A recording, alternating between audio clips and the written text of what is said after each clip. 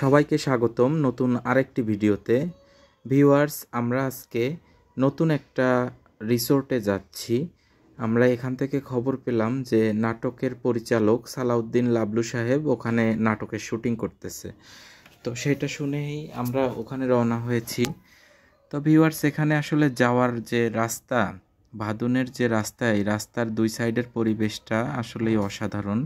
আমি এটা আগেও বলেছি, মাঝখান দিয়ে রাস্তা অনেক ভালো রাস্তা, পিচের রাস্তা, এবং দুই সাইডে গাছপালায় ভরা।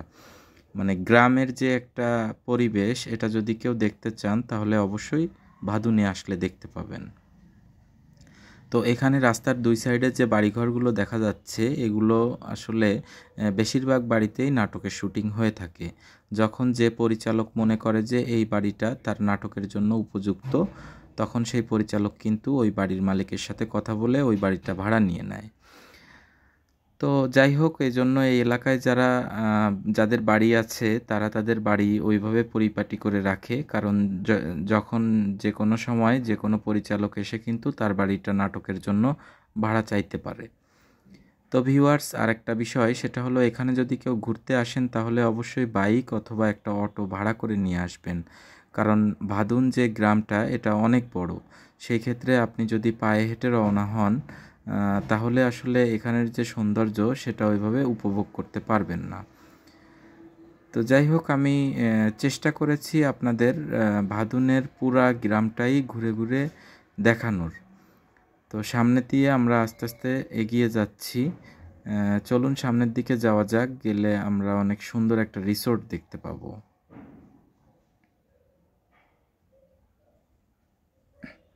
সামনে মসজিদ, একেবারে গ্রামের মতো মসজিদ, টিনের। তো এখানে শুক্রবারের দিন আসলে অবশ্যই নামাজ আদায় করবেন।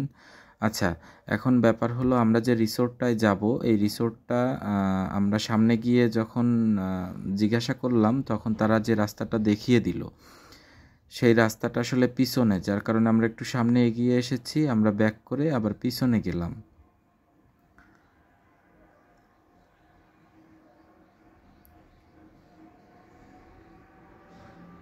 তো পিছনে গিয়ে হাতের ডান সাইড দিয়ে আমরা এই মাটি প্লাস ইটের রাস্তা, ইট খোয়া মাটি, এই টাইপের রাস্তা আর কি, এই রাস্তা দিয়ে আমরা সামনের দিকে এগোচ্ছি।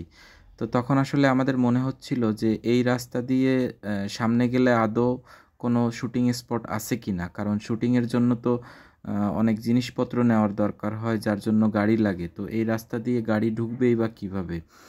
তো যেহেতু ওখানের লোকজনে বলল, তাই আমরা আস্তে আস্তে সামনের দিকে চলে গেলাম। তো রাস্তাটা আসলে যতই সামনে যাচ্ছিলাম বেশি ঝোপ ঝাড়ে ভরা।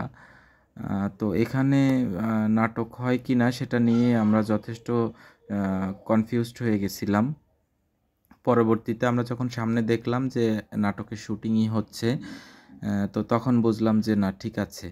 আর আপনারা নাটকের যে দৃশ্যগুলো দেখতে পাবেন, বিশেষ করে একটা পুকুর আছে সামনে, দেখতে পাবেন যে এই পুকুরের অনেক দৃশ্য আপনারা, এই হাড়কিপ্টা নাটক আছে, তারপর আরও অনেক নাটক আছে যেগুলোই এই পুকুরের অনেক রকম দৃশ্য আপনারা দেখতে পান।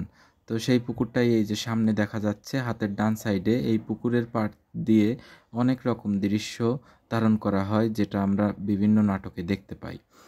তো আমাদের সামনেই নাটকের সেট, সামনে নাটক চলা অবস্থায় আমরা চলে এসেছিলাম।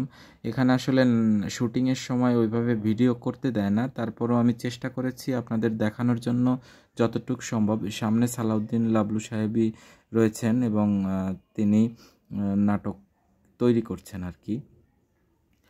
তো আমি একটু ভিতরে যেও একটু দেখানোর চেষ্টা করব। আর ভিউয়ার্স, যদি আমার ভিডিও ভালো লাগে অবশ্যই লাইক দিবেন, শেয়ার দিবেন, ইউটিউব চ্যানেল সাবস্ক্রাইব করে নেবেন, তাতে করে আমার পরবর্তী ভিডিওগুলো আপনারা খুব সহজেই পেয়ে যাবেন।